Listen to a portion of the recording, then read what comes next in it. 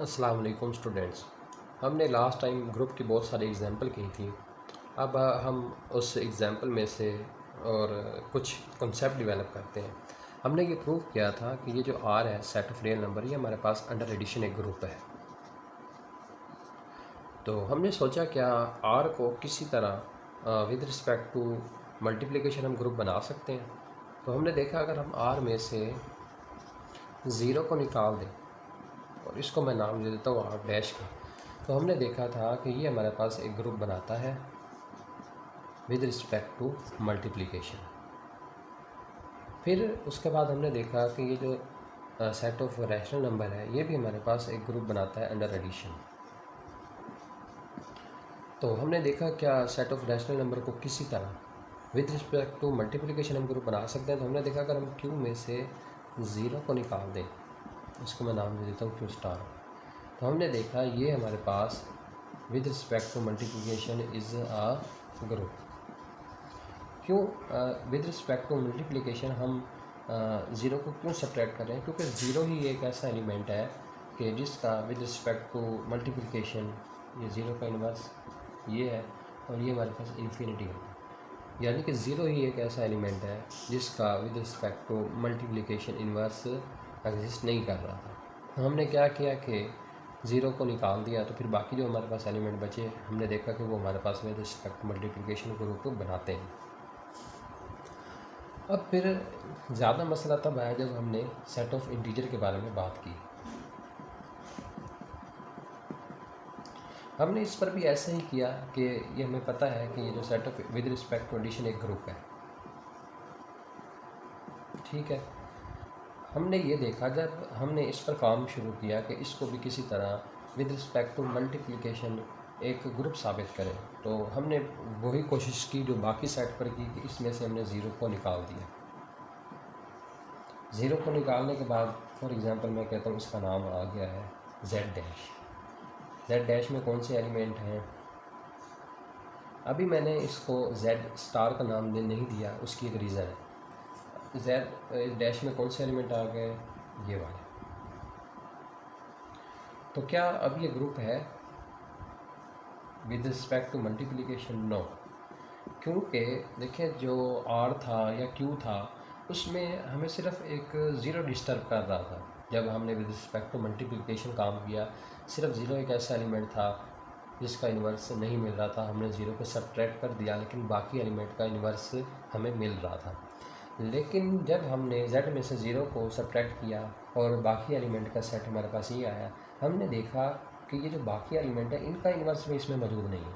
To का inverse क्या होगा? 1/2, और 1/2 बिलोंग करता है z डैश में? नहीं करता।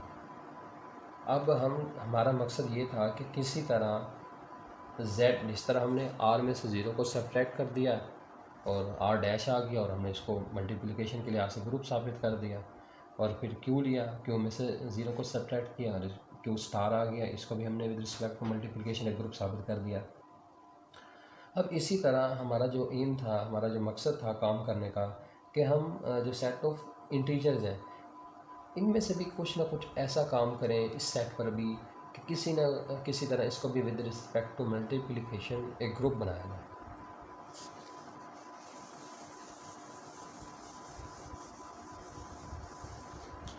तो उसके लिए हमने क्या किया कि z में से हमने ज़ीरो को सब्ट्रैक्ट किया, हमारे पास ये z डैश आया। हमने देखा कि ये ग्रुप नहीं है अंडर मल्टीप्लिकेशन। क्योंकि इसमें से जितने भी एलिमेंट हैं सिर्फ एक 1 का और -1 का। देखें 1 का इन्वर्स क्या होता है? 1,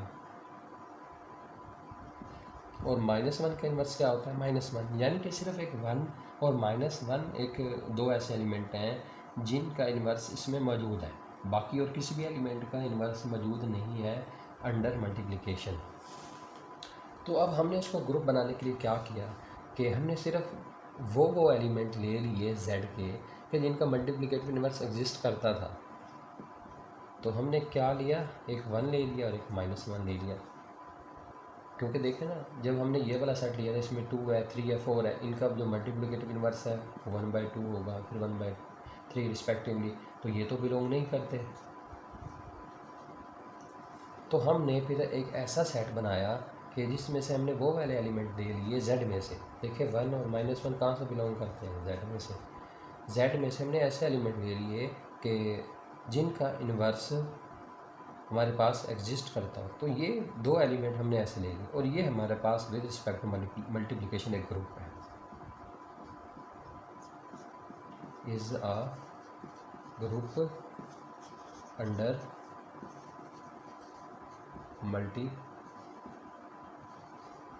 मल्टीप्लिकेशन।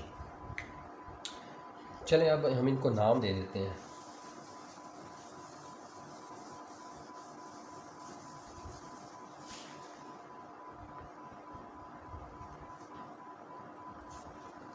आर स्टार, देखिए इसमें किस तरह वो वाले एलिमेंट होंगे आर में से जिनका इन्वर्स एग्जिस्ट करे अंडर मल्टीप्लिकेशन।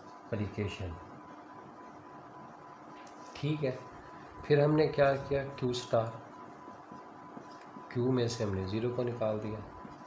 तो x बिलोंग करेंगे क्यू के वो वाले एलिमेंट जिनका इन्वर्स एग्जिस्ट करे अंडर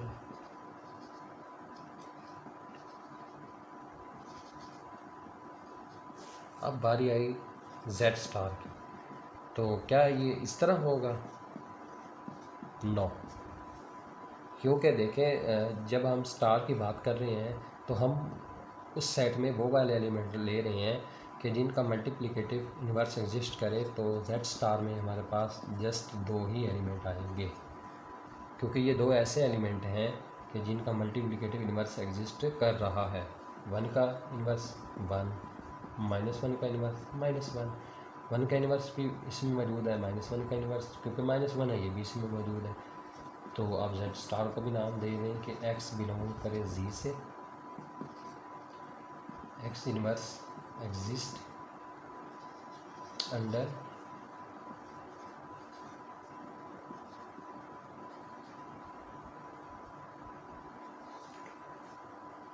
तो आई होप आपको ये क्लियर हो गया होगा कि हम आर स्टार में कौन से एलिमेंट लेते हैं, क्यू स्टार में कौन से एलिमेंट लेते हैं और z स्टार में हम कौन से एलिमेंट लेते हैं। अब हम ये प्रूव करते हैं कि ये जो z स्टार है ये वाकई में एक ग्रुप है। अब हमारा जो मकसद है कि वो हम z स्टार उसको हम जी लेट कर लेते हैं। इसको हमने ये प्रूव करना है कि ये हमारे पास एक ग्रुप है विद रिस्पेक्ट टू मल्टीप्लिकेशन। जो ऑपरेशन है वो हमारे पास क्या है, मल्टीप्लिकेशन है। तो अब किसी भी सेट को जब हमने ग्रुप प्रूव करना होता है तो पहली प्रॉपर्टी क्या होती है, कुलैयर लॉ, या इसे हम क्या कह सकते हैं, बाइनरी। तो ये क्या कहती है, for all a dot b, क्योंकि हमारा जो ऑपरेशन है वो मल्टीप्लिकेशन है इसलिए हमने डॉट ही लगा दिया। तो आप चेक कर लें, 1 है और -1 है, इन दोनों को जब ऑपरेट करूँगा तो -1 आएगा। तो ये देखिए ये भी जी में बिलोंग करता है। दोनों मुख्तलिफ ना लें, दोनों सेम भी ले सकते हैं। ये क्या है 1, तो 1 भी जी में बिलोंग करता है। अब आप एसोसिएटिव चेक करेंगे, एसोसिएटिव अब आप कहेंगे यहाँ पर तो 2 एलिमेंट है तो आप कोई मसला नहीं है, आप इस तरह कर लें कि a को 1 ले लें, b को भी 1 ले लें और c को -1 ले लें। आप तीनों को भी सेम ले सकते हैं, आप इस तरह कर लें, या फिर a को -1 ले लें, b को 1 ले लें और c को 1 ले लें, जैसे आपका दिल करे। या फिर a भी 1 ले लें, b भी 1 ले लें, c भी 1 ले लें, या फिर आप a -1 ले लें, b -1 ले लें, c -1 ले लें। कोई हमारे पास रिस्ट्रिक्शन नहीं है कि हमने ये एसोसिएटिव लॉ जो उसके लिए एलिमेंट लेने हैं 3 वो कैसे हो। तो आप एसोसिएटिव लॉ को चेक करेंगे, a dot b dot c, ये हमारे पास सेटिस्फाई होगा।